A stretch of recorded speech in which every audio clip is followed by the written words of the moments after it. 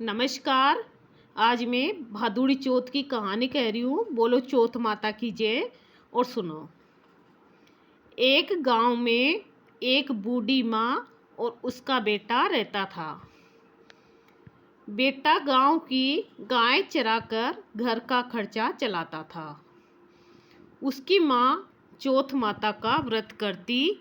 वह भादुड़ी चौथ को चूरमे के 5 लड्डू बनाती थी। इसमें से एक चौथ माता को चढ़ाती, एक गणेश जी को चढ़ाती और एक हाथ का निकाल कर दान करती। एक बेटे को खिलाती और एक खुद खा लेती। एक बार आस पड़ोस वालों ने बेटे को भड़का दिया कि तेरी माँ चूरमा बना बना कर खाती है और तुझे केवल एक लड्डू देती है।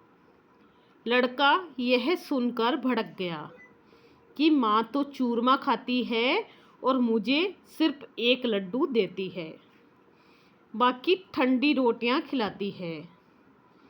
उसने माँ से कहा, ठंडी रोटी खाकर मेरे से गाय नहीं चराई जाती है, इसलिए तुम चौथ का व्रत करना छोड़ दो। इस पर माँ ने कहा, बेटा मैं चौथ का व्रत तेरी सुख शांति के लिए करती हूँ। मैं चौथ माता का व्रत नहीं छोड़ सकती।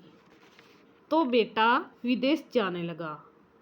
माँ बोली, बेटा यदि तू विदेश ही जा रहा है तो चौथ माता के आंखें अपने साथ रख ले।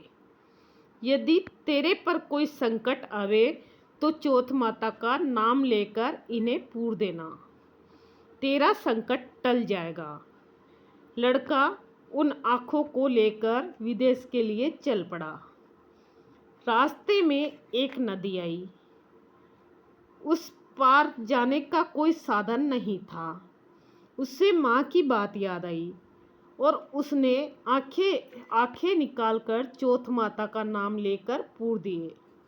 तो चौथ माता की कृपा से नदी का पानी दोनों तरफ बटकर रास्ता निकल गया। आगे उसे एक भयंकर जंगल से गुजरना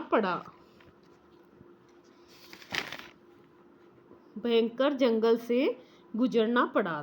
तो वहाँ रास्ता भटक गया। उसने वहाँ भी आंखें पूर कर कहा, हे चौथ माता, तू सच्ची है तो मुझे रास्ता दिखा। इतना कहते ही उसे रास्ता मिल गया। आगे चलकर वह एक गांव में पहुंचा। उस गांव के राजा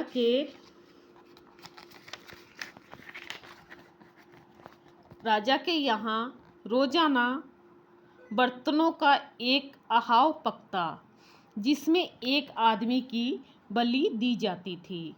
वह लड़का एक बुढ़िया के घर पहुंचा तो उसने देखा कि बुढ़िया रो रही है। लड़के ने बुढ़िया से पूछा, तुम्हें क्या दुख है? तो लड़के की माँ ने सारी बात बता दी और कहा कि राजा उसके बेटे के बलि चढ़ाएगा। इस पर लड़का बोला, माँ घबरा मत, तेरे बेटे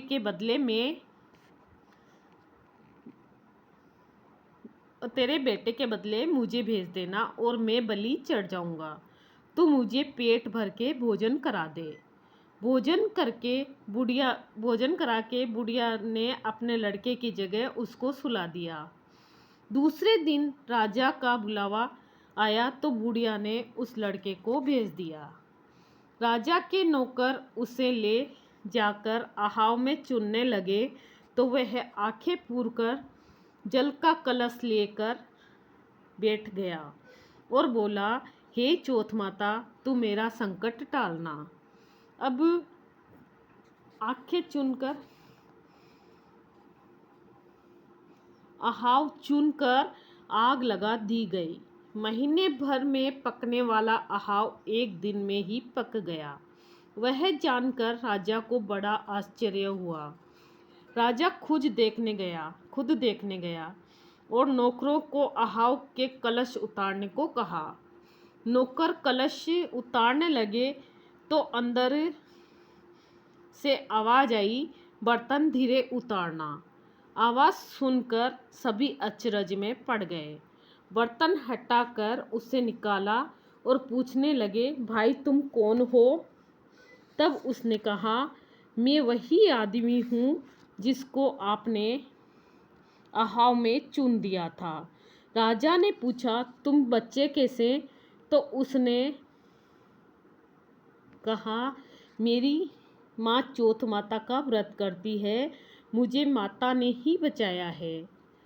तब राजा ने 2 घोड़े मंगाए, एक पर खुद बैठे और दूसरे पर उस लड़के को बैठाकर उसके हाथ पैर जंजीरों से बांध दिए और कहा, यह जंजीरें खुलकर मेरे हाथ पैरों में आ जाए तो मैं चौथ माता को सच्ची मानूंगा।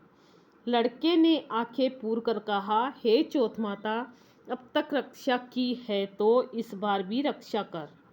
देखते ही देखते उसकी जंजीरें खुलकर राजा के हाथ पैरों में जा गिरी। राजा ने कहा, तेरी चौथ माता सच्ची है। राजा ने अपनी कन्या का विवाह उससे कर दिया और बहुत सा धन माल देकर विदा कर दिया। लड़का गांव के पास पहुंचा तो लोगों ने जाकर बुढ़िया से कहा कि तेरे बेटे बहू आ रहे हैं। यह सुनकर वह खुशी से नाच उठी। बेटा उसके पैरों में गिर गया। बेटे ने कहा, माँ, यह सब तेरी चौथ माता के व्रत की कृपा है और फल है। इसके बाद उसने सारे नगर में डिंडोरा पिटवा दिया कि सभी चौथ माता का व्रत और पूजन करें। राजा ने भी कहला दिया कि सब चौथ माता का व्रत करेंगे। हो सके तो 12 महीने की, नहीं तो 4 चौथ का व्रत अवश्य करें। बोलो चौथ माता की जय। चौथ माता की कहानी सुनाई मैंने। भादोड़ी चौथ की भादवे के महीने में आती है जो। जय श्री कृष्णा।